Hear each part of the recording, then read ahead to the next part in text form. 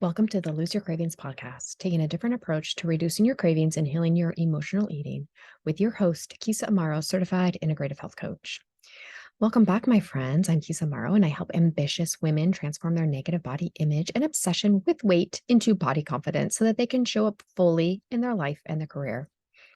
If you would like to learn more about me and how I can help you reduce or even eliminate your emotional eating and cravings, head on over to my website, KeysaAmaro.com. That's KeysaAmaro.com to find out more about me. Okay, my friends, on to our topic for this episode. So I don't know why it has taken me so long to write an episode about mindset. When telling people that I help women shift their mindset around food, I will sometimes get funny looks, or people are like, okay. Or they're like, oh, yeah, mindset. And I realize that I have been in the practice of working on my mindset and helping clients shift their mindset. And it is a core foundation of my Transform Your Cravings program. But what is mindset? What is this? So today we are talking about mindset. What is mindset? And why is mindset important in our quest to quit our cravings and stop emotional eating? So we are going to be exploring what mindset is, why it is so important to address it when we are working on reducing our cravings and emotional eating.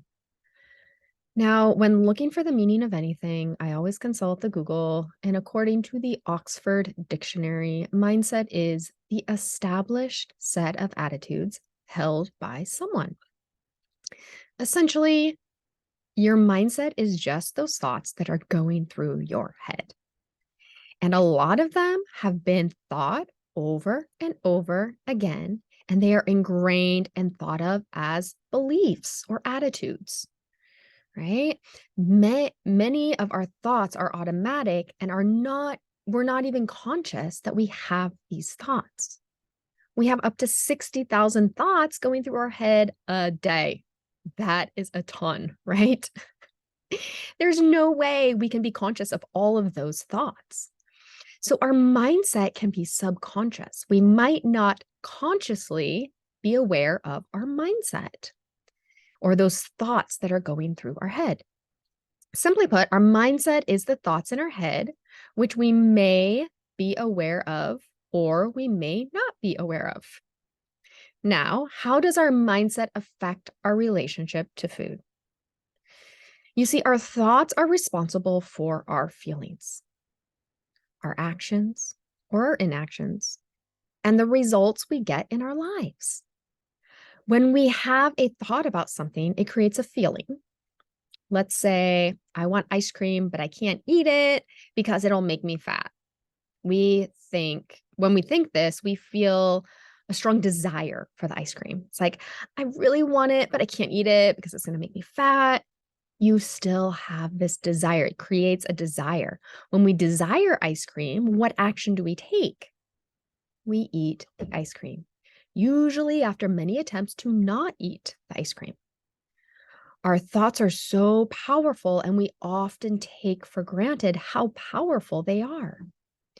When we set out to stop eating ice cream, when we are feeling lonely, we often approach this from the action or the actual eating of the ice cream. That's the action part, right?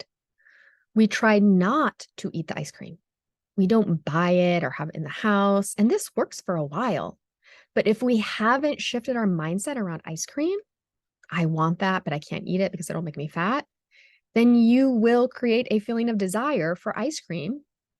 And eventually you will wear down and eat all the ice cream. Your brain will find a way. Okay. This is why many of our attempts to reduce our emotional eating or giving into our cravings has failed. We are addressing it from the wrong perspective. Instead of changing our actions around ice cream, we need to change our mindset around ice cream, or those thoughts in our head that we are often unaware of. Notice your thoughts around ice cream or any food you overeat, right? What are they? Write them down and see what kind of feeling they create.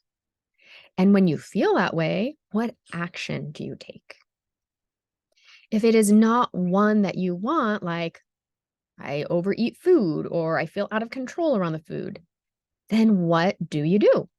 This is where mindset comes in. You need to shift your mindset or those thoughts in your head about food, about the ice cream. Now, I'm talking about food, but this can pertain to anything. It can pertain to exercise, sleep, drinking water, your weight, your body, anything, your finances, your relationships, anything. The really cool thing here is that we have control over our thoughts. We can choose to believe thoughts or dismiss them. We can create thoughts that support us and create a feeling and action that we want and that serves us. We can create any thought we want, right? So choose thoughts that serve you and that are believable to you, right? It has to be believable. When you shift your thought of, I want ice cream, but I can't eat it because it'll make me fat, to something like, ice cream does not serve me right now. I am changing the way I look at ice cream. Or maybe ice cream will not solve my problem. You create a feeling of strength or empowerment.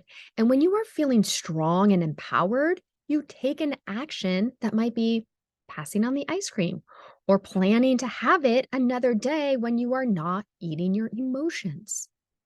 Mindset work is subtle but powerful, my friends. And it is something that you have to be conscious, consistent, and compassionate about. But with consistency and being aware of your mindset, you will see changes that far outweigh just trying to shift your action in order to change your results.